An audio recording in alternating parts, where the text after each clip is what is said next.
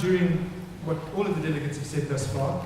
We've mentioned those who are supposed to be supporting our learners, the teachers.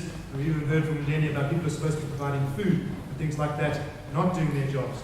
So Liam King, who I believe has swapped his question. I would like the question, please, referring to Blade and Zamani and those statistics. Thank you, Oliver. If you could ask your question, please. Earlier this year, the Minister of Higher Education and Training, Blade and Zamani, defended the 30% pass requirement for 3 out of 6 subjects needed to pass the trick, saying young people would miss out on post-school education opportunities if this pass mark is raised. Why do so many students struggle to pass at this level?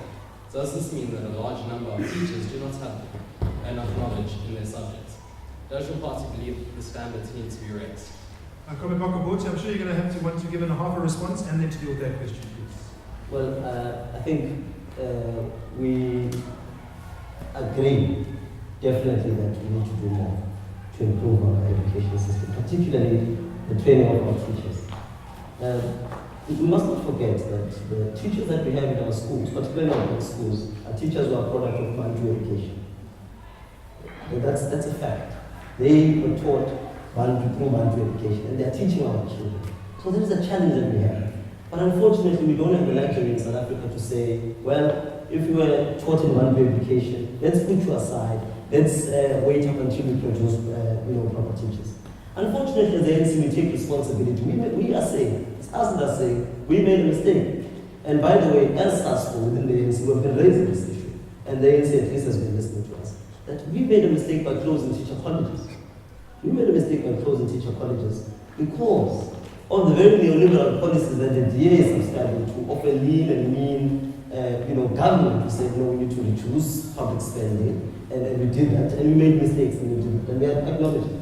So now, the issue about the 30% pass rate, what I think we need to understand in the context of what the minister was saying is that the problem in South Africa is that we believe, we are taught in our schools that once you leave high school, you should go to university.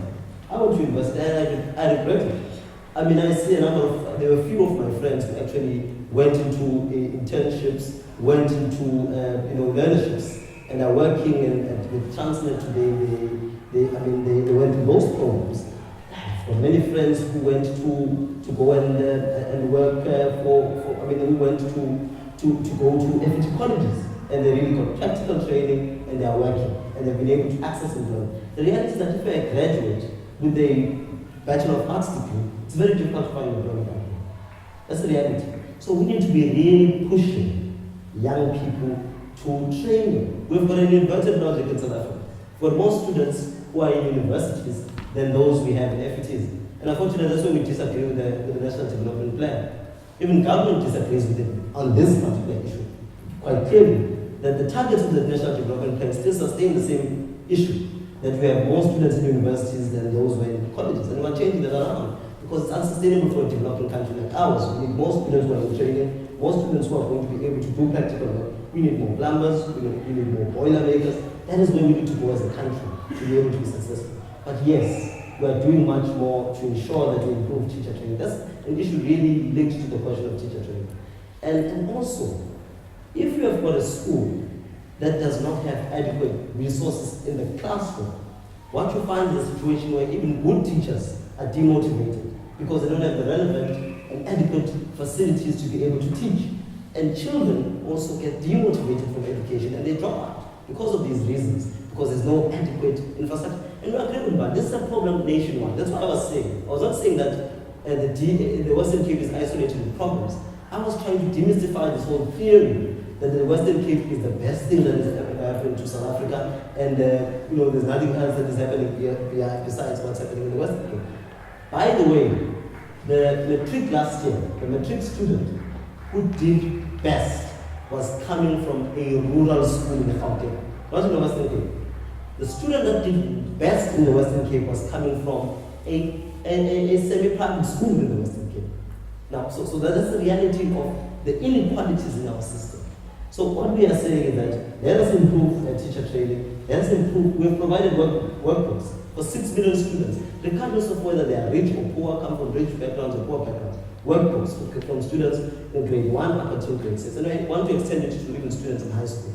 Give a workbook to every student so that they're able to interact have learning material. Grade 1 students do not have learning material in the past.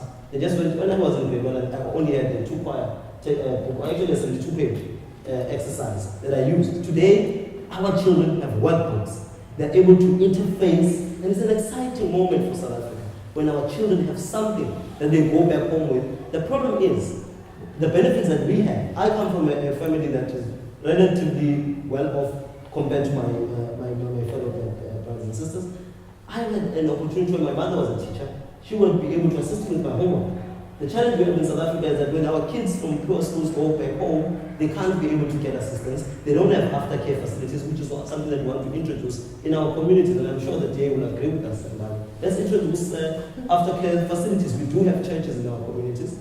Young people who are there working, who are there participating, who are educated, they are there in our communities, can assist to help young people with their homework, to help young people to interact with their schoolwork, even beyond classrooms, so that they are not in charge.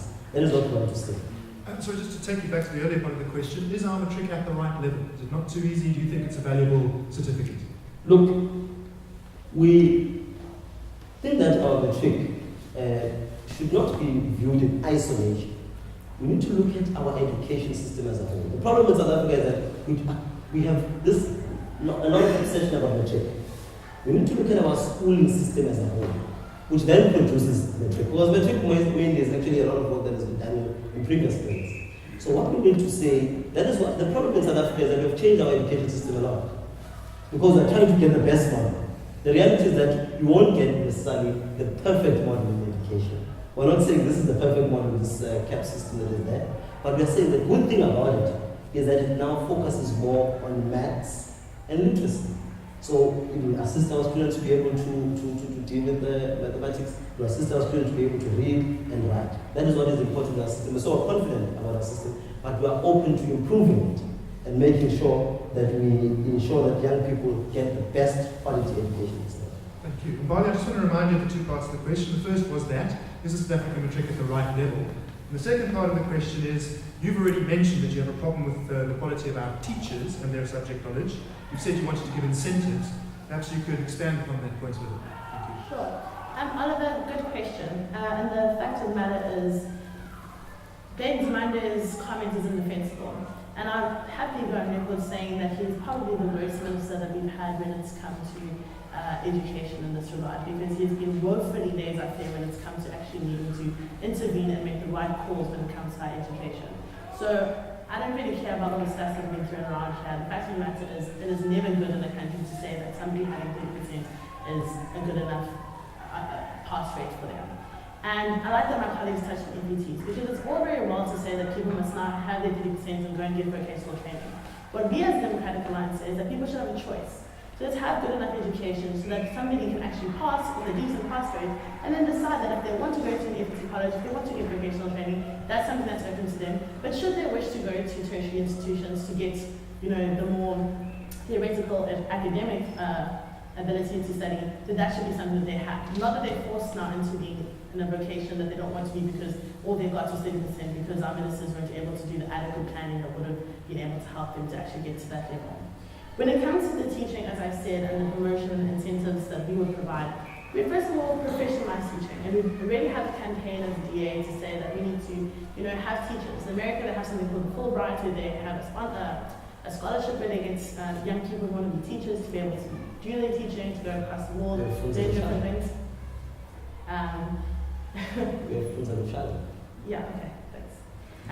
In the Democratic Alliance, we would do that. We would professionalize teaching by having a minimum standards that you'd have to actually qualify and that you'd be able to use to be a teacher anywhere in the country.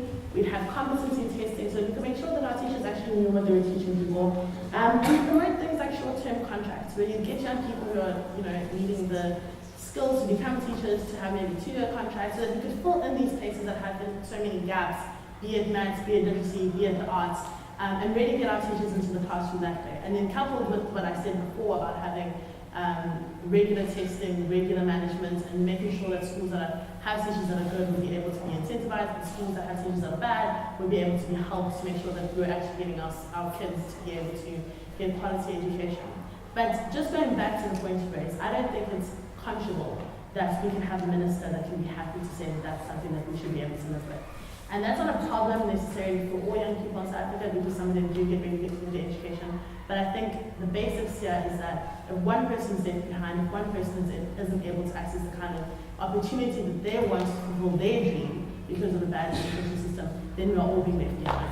And no amount of rhetoric or spin or saying that, we want to do things that it's okay from the ANC is going to solve that or is going to make it okay. It is wrong, and we should be making sure that our government is incentivizing the right kind of things to happen from the very beginning of the school and education system to allow our young people to be able to do whatever they want to fulfill their dreams. Jenny, I'm going to swing it back to you. You kind of set us off on this line of questioning. You said there's a big image problem here, that people are being constantly told a matric is worthless, and that demotivates our matrics.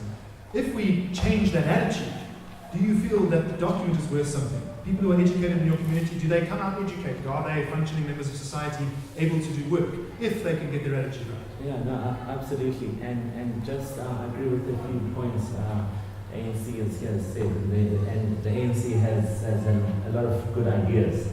But the only problem is they just can't divorce those ideas from the really bad leadership that is supposed to be implementing those ideas. That is that bad. And even and I'm going to go back to my small community, because that's where I'm really active and involved with the schools with a lot of teachers. We are lucky we have the head of education, the Winston Keg, who is really passionate about education. And from our politicians, we can't get any support. So the problem is the ANC will sit here, brilliant ideas, and I agree with most of them, and we just can't divorce them from the really bad leadership.